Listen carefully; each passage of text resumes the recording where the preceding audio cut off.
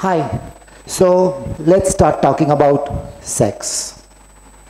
Sex is the word which we all, something happens, right? It's a matter of emotion, it's a matter of nice feelings that we get. But that's not what sex is all about. We live in a binary society where we are classified as males or females, and males and females get together to reproduce. Reproduction is fundamental for life because we need to have babies and then our generation keeps going. And typically when we talk about sex, we know that individuals of opposite sex attract each other, they get married, they have families, and so on and so forth. And these sexual roles are even assigned to every aspect of a society. The way we dress, the way we talk, the way we walk, and the way we decide our profession. And this sex for us is decided the time when we are born. The doctor or the nurse who delivered us is the one who decided what we are going to be, male or a female.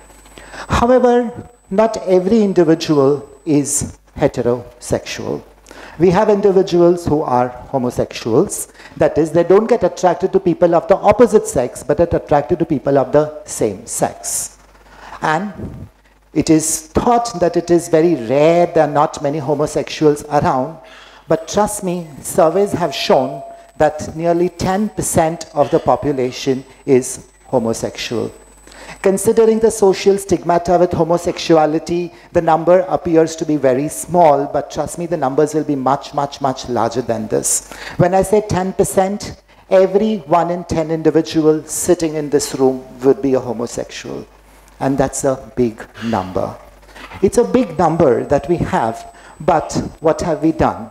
In India, a survey done a couple of years ago in 2012 by Ministry of Health said that there are at least 2.5 million gays living in India alone. That's a huge population. But for this huge population, we had a discrimination. We had Section 377, IPC Chapter 16, which stated that sexual activities, including homosexuality, is against the order of nature. It is punishable up to life imprisonment. Of course, the good news is after a lot of battle around for 50 long years, we have struck down Section 377. The Supreme Court on September 6, 2018 said that Section 377 is unconstitutional and homosexuality should not be criminalized. But that's just the legal aspect of it.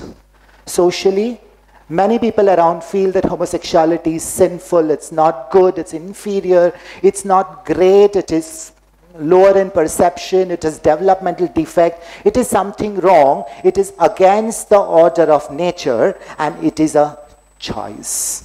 It is that individuals choose to be homosexual. Let me ask you, how many of you have to wake up every morning and ask to figure out whether you are a boy or a girl?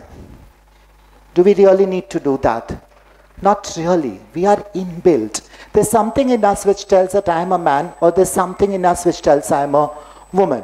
We don't really need to look down at our genitals and say, hey, there's something hanging and therefore I'm a man today.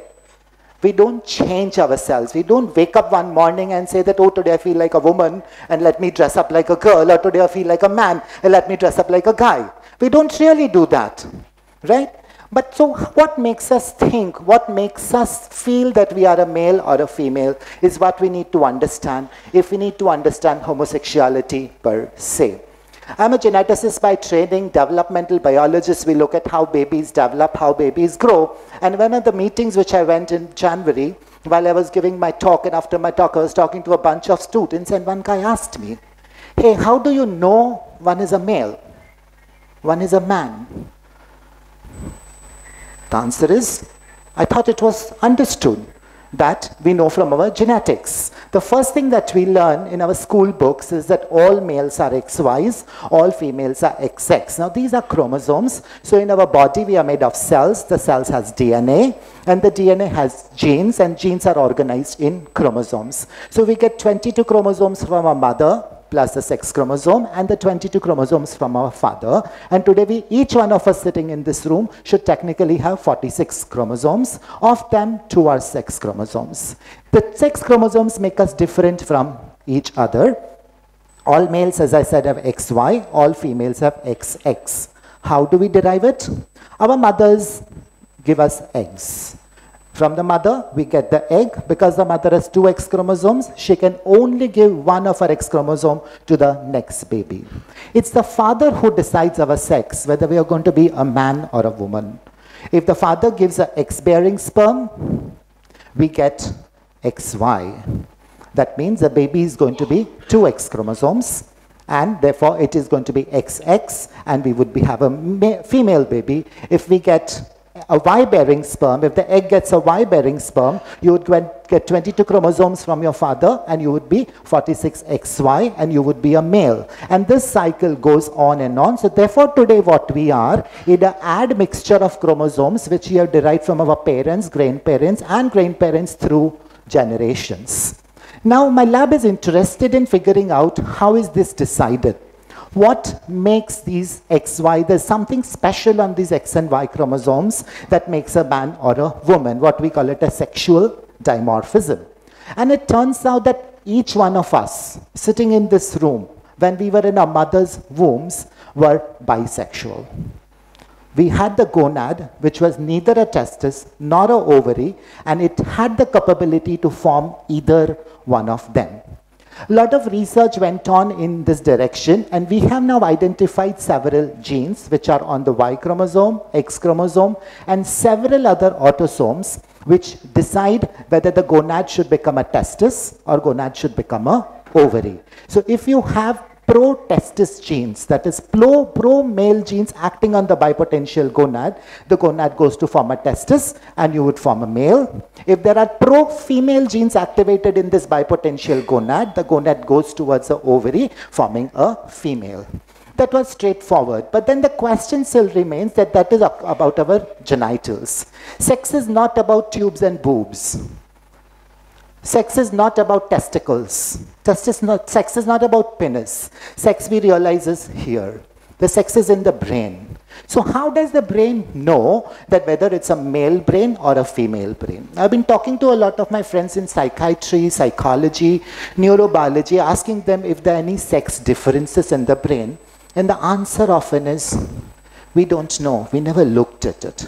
Medical science, biological sciences has ignored the sex differences beyond the differences in the gonads. So my lab got interested a little more in this, and we asked whether there are any real differences between the males and the females.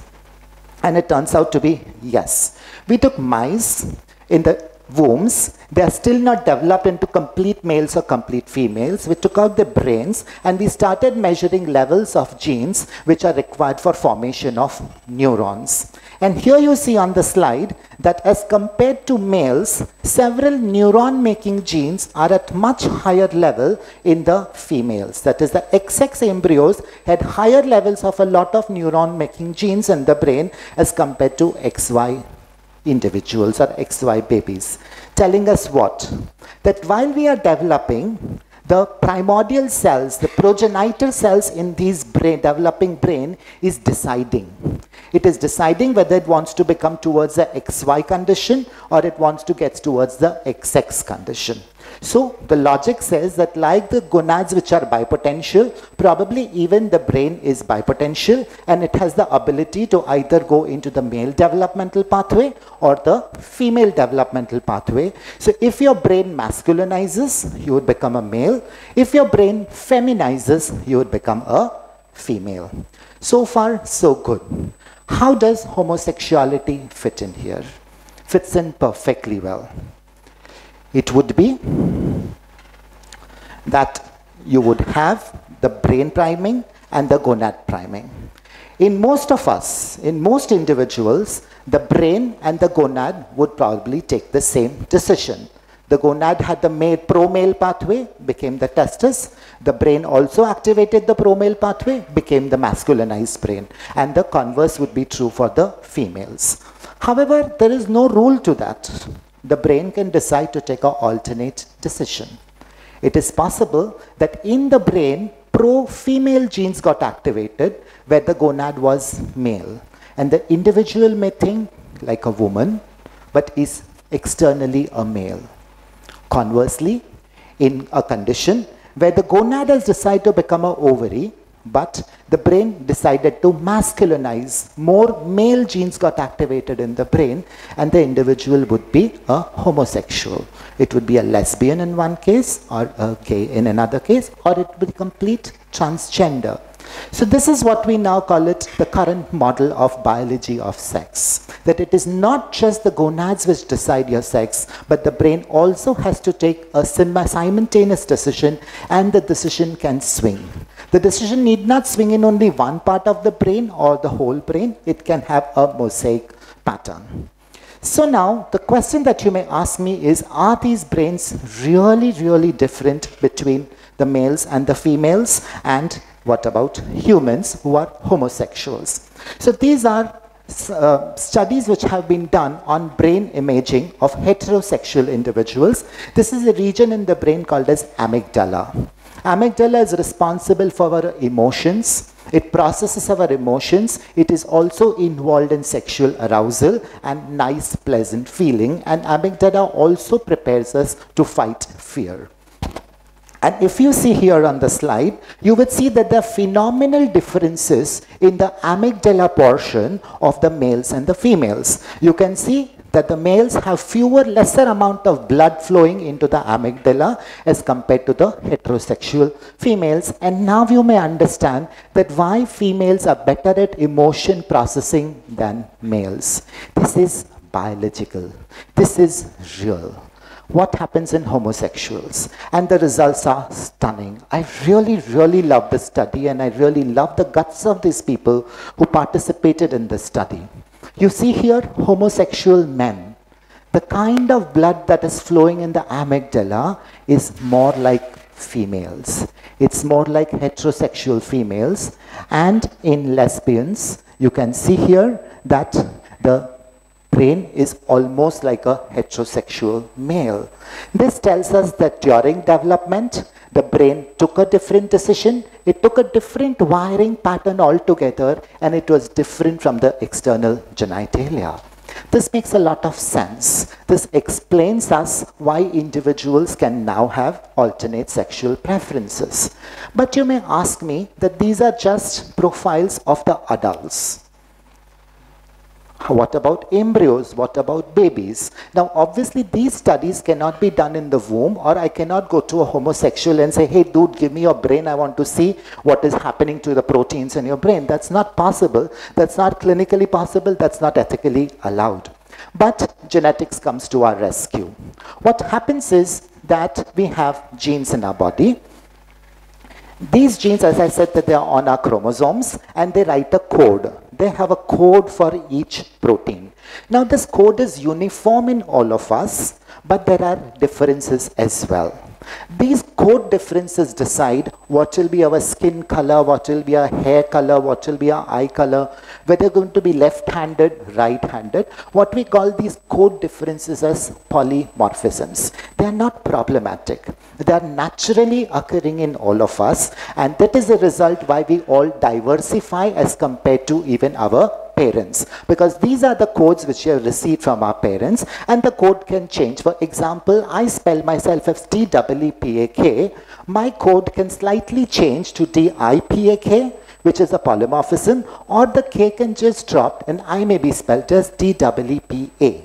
So as a result of this change in the code, the resultant proteins would be different, and therefore the activity of these proteins would change. So the question that scientists asked was, are these codes any different between homosexual and heterosexual men? Very beautiful studies have been done. This was the largest study published 2 years ago on 793K twins and 33 straight twins. A lot of survey was done, a lot of participation took, and scientists very carefully combed out all the codes that are there in each cell of the body. So we extract this DNA and we sequence them, and we figure out how these codes are identical between the gays, and is this code any different between the straights. And all through the chromosome the scanning was done, and it turned out that on the X chromosome, on the lower part of the X chromosome, a code was very different in most of the gay men as compared to the straight men. What does this mean? This means that now there are genetic differences between homosexuals and heterosexuals. This led to a lot of excitement because till now we thought sexuality was something which we acquire. We learn from our friends and peers that, okay, I'm a man, so I should make love to a woman, or we learn from our friends that, oh, I'm a woman and I should make love to a man. But that's never so. It's inbuilt. And this inbuilding actually comes based on the codes that we have inherited. And gays acquired the code slightly differently from their parents as compared to the straights. It's as simple as that. This was even replicated in another study on twins, where both of the twins were there, but one twin was straight and the other twin was gay. And when the studies were done, also of the similar kind of scanning the entire code, the same locus popped up. Completely different population, completely different set of individuals. The study was done in slightly different way, but the results were same. That means it is reproducible.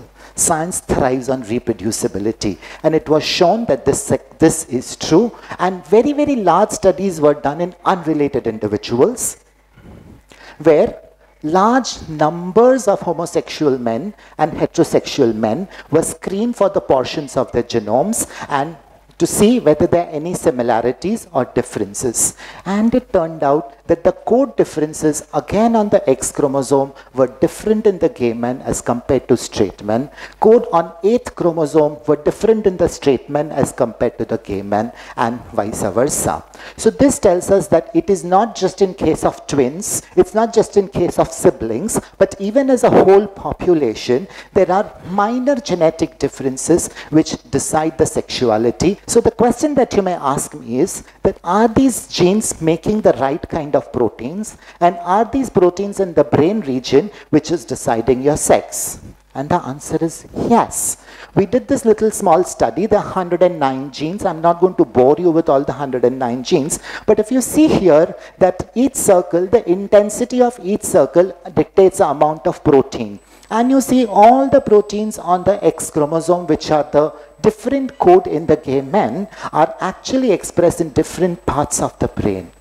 Whether they're expressed in different amounts, we don't know because it's not possible to study them, but I'm sure at some point we will get to it. So the resulting story is that you are XX or you are XY, you also inherit codes from your parents. The XXXY help your gonads to decide whether they want to become testes or ovaries, but the other codes help you to decide whether you want to become a male or a female. And these decisions need not be congruent in each and every case.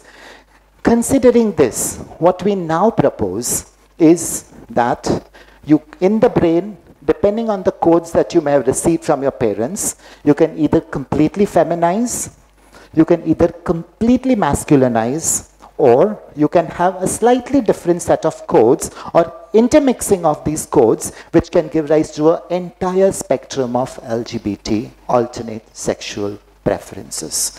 It is as simple as this. When we are right-handed or we are left-handed, the same thing decides. The codes that you have received from your parents decide that. Whether you are blue-eyed, gray-eyed, brown-eyed, or black-eyed. It is these little codes which decide, and it is these same codes which have told your brain whether you're going to be masculinized or feminized. So it is natural. It is not a choice that the individual has made that, no, I wake up this morning and feel like having sex with a man, or I wake up this morning and tomorrow I feel like having sex with a woman. That's not right. That's not scientifically correct. Science today tells us that your sexuality is done. Your sexuality is decided by the genetic codes that you carry. So in summary, I would like to say that socially we have a problem. We have our legal system, we have our social system, which is really, really problematic. We have marginalized individuals. 40% of LGBT individuals are suicidal. 60% of LGBT individuals face social marginalization. We heard the talk this morning, how an individual with just a different sexual preference faces so much of trouble. Why have we done that? Why have we done that for something that is so natural? I would urge each one of you listening to this talk that think that it is very natural. It is not acquired from somebody. It is just that we have inherited this way, and that is how we are. So I would like to conclude saying that be what you are, be what you want to be, and let people be what they are, let people be what they want to be. Thank you.